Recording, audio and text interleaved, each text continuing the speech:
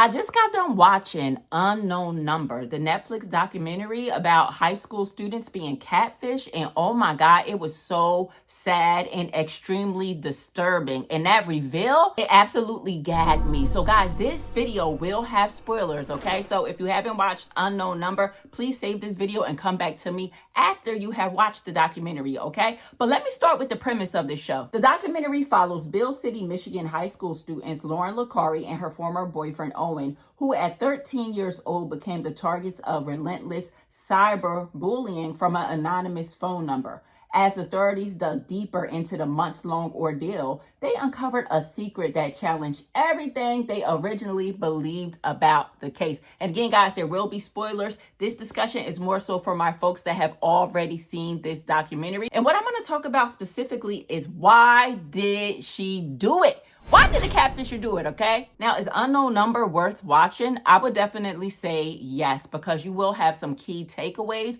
and learn a lot, especially as a parent or as a student. But my only complaint about this documentary is that it dragged on just a bit too long. Instead of an hour-and-a-half runtime, I really think the story could have been told in just under 1 hour. So guys, we know that Lauren and Owen, they were getting cyberbullied this whole documentary, right? It went on for about a year and a half. They were getting texts. I'm gonna put some of the text on the screen right here. You can see these texts were real. This is based on a real life story. And this was going on for a year and a half. It's taking a toll on the teenagers' mental health. They even eventually ended up breaking up just to see if the text messages would stop. Just can you imagine getting hundreds of text messages per day, right? No less than 50 per day of text messages of somebody harassing you in a school, and the cops cannot figure out who did it. Now, let me tell you, now we're going to get into the real spoilers. When it was revealed that it was Lauren's own mother, Kendra, that was the culprit, that was the villain, I was so pissed off. I wanted to jump through that screen and strangle her. And she took zero accountability for doing what she did to her own daughter and to somebody else's kid and to another kid, because she started harassing Owen's girlfriend once Owen and Lauren broke up, okay?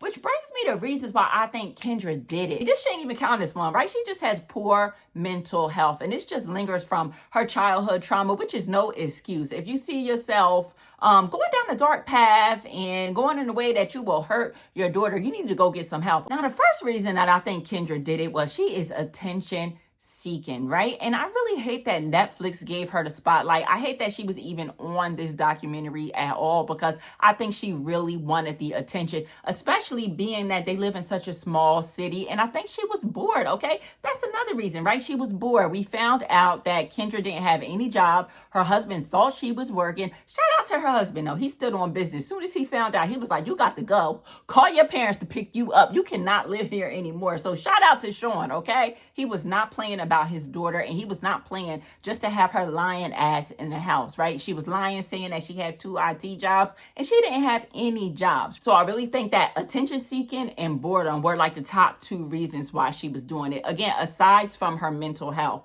you know, we all know that she got to be a little cuckoo for Cocoa Puffs for even pulling such a stunt. Also, I think she was really jealous of her daughter, Lauren. I do. Like, I feel like this lady had no life. Her teenage daughter was blossoming into a beautiful young woman. I really think she was jealous. Based off of some of the text that they showed, this is something that you would send if you are envious of someone, if you want their life, if you want to be in their shoes, if you want to be this person. So I definitely think that Kendra was jealous of her own teenage daughter. And the next reason also ties into her being jealous of her daughter. I actually think that she was in love with Owen as well, because even when Owen and her daughter broke up, she went on to cyberbully Owen's new girlfriend, right? So why mess with Owen's new girlfriend? I really think that she was in love with that little boy. She wanted to feel what Lauren felt. Again, she just wanted to be in Lauren's shoes so bad. And shout out to Owen's mom too. I feel like she handled everything very calmly, very gently. She's better than me. I don't know what I would have did if that was my son. I also think another reason was that Kendra wanted control. By her being the one that's actually sending these text messages to her daughter,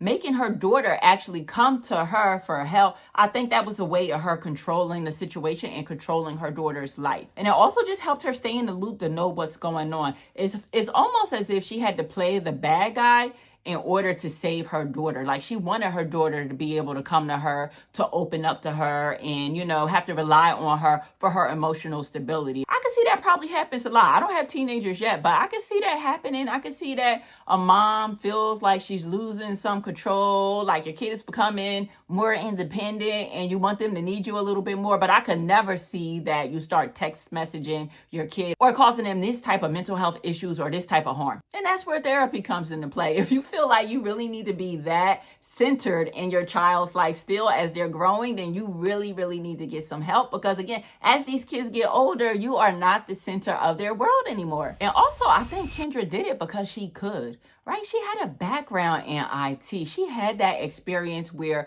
she would know how to send these text messages and be untraceable and be unfound. So her tech background allowed her to get away with this for 18 months. And actually, that just brings me to another topic. I really think the cops could have did more sooner. I mean, they did a pretty good job, but I don't know. Maybe any legal eagles jump into the comments now and let me know. But my thought was, why not just call a meeting with everybody, right? After the school did their investigation and they knew that it really wasn't any of the students, why not call all of the parents to the police station and tell them, hey, you know, everybody, we need everybody to turn in their phones. Have everybody to turn in their phones, right? And I know they don't have a subpoena. Maybe legally they couldn't do that, but just call their bluff, right? See who wouldn't be willing to turn in their phone. I think that alone could have just gave them some clues on who was acting a little fishy, who was acting suspicious, because at a point, even me myself watching this as an audience member, I'm like, oh, this is not one of the students. This has to be one of the adults. So I didn't know it was Kendra exactly, but I knew that it was one of the adults. And lastly, I want to address, like, some people thought that Lauren knew, and maybe it was Lauren who started off the text messages and Kendra took the fall for Lauren. I really don't believe that's true. I don't think Lauren knew. I just think she's a sweet girl. We see that she forgave her mother at the end.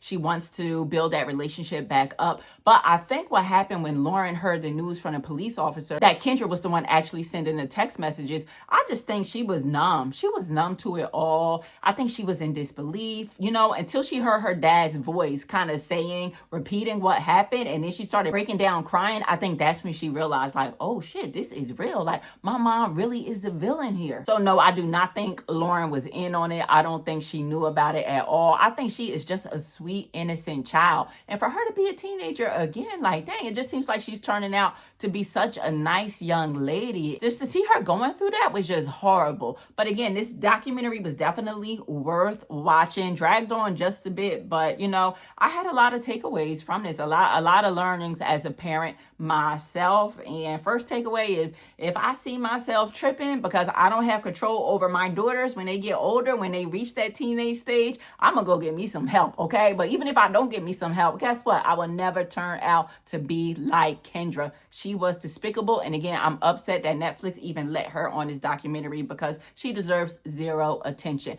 But nonetheless, guys, if you made it this far in the video, be sure to give this video a like, and I will see you on the next review or recap. Peace.